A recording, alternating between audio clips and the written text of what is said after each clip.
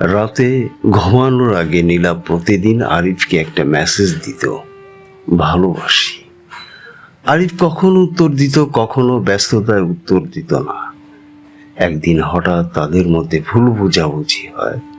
রাগ করে নীলা আর কোনো মেসেজ পাঠায়নি। কয়েকদিন পর আরিফ নীলার নম্বরে মেসেজ দিল, আমি তোমাকে খুব মিস করছি, ফিরে এসো। কিন্তু কোনো উত্তর এলো না। তখন সে জানতে পারলো কয়েকদিন আগে একটি সড়ক দুর্ঘটনায় নীলা মারা গেছে। কাপা হাতে আরিফ তাদের পুরোটা চ্যাট খুলল। নীলার শেষ মেসেজটি ছিল, যতই রাগ হোক আমি তোমাকে কখনো ভালোবাসা বন্ধ করব না। সেদিন প্রথমবারের মতো আরিফ সেই মেসেজে উত্তর দিল, আমিও তোমাকে ভালোবাসি। কিন্তু উত্তর দেওয়ার মতো মানুষটি আর পৃথিবীতে ছিল না।